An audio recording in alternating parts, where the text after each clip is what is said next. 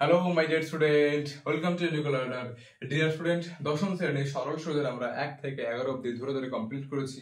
এই ভিডিওতে আমরা 12 নম্বর অঙ্কটি একদম ঠিকঠাক করে করার চেষ্টা করব। তো চলো, অঙ্কে কি কি মান দেওয়া আছে এবং কোন কোন মান বের করতে হবে সেটা করে আমরা দেখে নেই। কি দেওয়া আছে অঙ্কে? বার্ষিক 10%, যদি বার্ষিক 10% হার সরল সুদে 800 টাকা ব্যাংকে জমা দিয়ে সুদে আসলে 1200 টাকা ফেরত পাই, তবে ওই টাকা কত সময়ের জন্য ব্যাংকে জমা ছিল হিসাব করে লিখি। দেখো, বার্ষিক 10% হার সরল সুদে, তাহলে বলো সুদের হার কত দেওয়া আছে? সুদের হার ব্র্যাকেটে কি লিখবো? রেট অফ ইন্টারেস্ট ফর আর সমান সমান কত পার্সেন্ট? সমান সমান দেওয়া আছে আমাদের 10%। বেশ, নেক্সট কি দেওয়া আছে বলো তো? নেক্সট দেওয়া আছে সরল সুদে 800 টাকা ব্যাংকে জমা দিয়ে, কত টাকা জমা দিয়েছি আমি? 800। তাহলে আসল কত?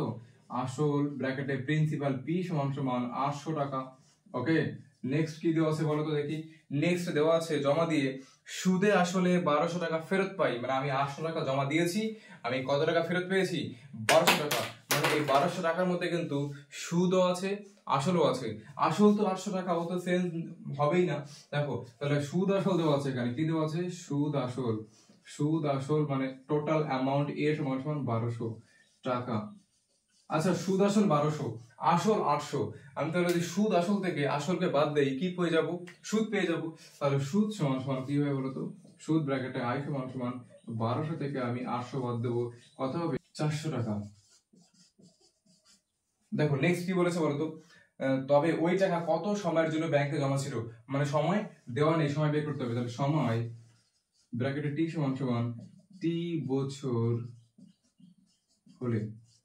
ঠিক, নেক্সট কি লিখবো? দেখো এখানে সুদের হার দেওয়া আছে, আমাদের আসল দেওয়া আছে, সুদ দেওয়া আছে, কি বের করতে হবে? সময় দেওয়া আছে, তিনটা টার্ম দেওয়া আছে, একটা বের করতে হবে, কোনো ব্যাপারই না। তাহলে আমরা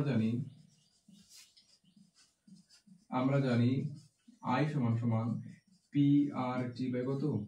100। আয়ের মান কত? আয়ের মান 400 বসিয়ে দাও, সমান সমান পি এর মান কত? 800 ইন্টু আর এর মান কত? 10 ইন্টু টি বাই কত আছে? 100। নিচ দূরে শূন্য, উপর দূরে শূন্য কেটে গেল। আচ্ছা, এই শূন্য এই শূন্য সমান সমানের এদিক ওদিক, দেখো এই নিচে মনে এক আছে, উপর উপরে কাটবো, নিচে নিচে কাটবো। ঠিক, দেখো এবার আমরা টি সমান কত পাবো? টি কত? টি 80। দেখো এই টি এর সঙ্গে 8 গুণ, নিচে হচ্ছে 1 গুণ, তাহলে 80 হলো সমান সমান উপরে 40, এখানে আছে 1, কোন গুণ সমান সমানের এই পাশে ও পাশে, তাহলে 40 গুণিত 1 হবে, কত হবে? 40 একে 40। তাহলে টি সমান সমান 40, এখানে 8 গুণ ছিল, ওখানে গেলে ভাগ হয়ে যাবে। কি হয়ে যাবে? ভাগ হয়ে যাবে। তাহলে 40 কে 8 দিয়ে ভাগ করলে কত হবে? 5। তাহলে টি এর মান কত? টি এর মান 5 বছর।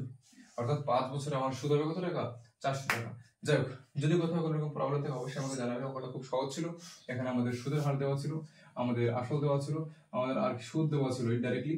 নেক্সট আমাদের কি বের করতে বলেছিল? সময় বলেছিলাম, চারটা টার্ম আই পি আর টি, এর মধ্যে তিনটা দেওয়া থাকবে আর একটা বের করতে হবে। যদি কোথাও কোনো রকম প্রবলেম থাকে অবশ্যই জানাবে। আজকে অবধি, দেখা হবে নেক্সট ক্লাসে। জয় হিন্দ।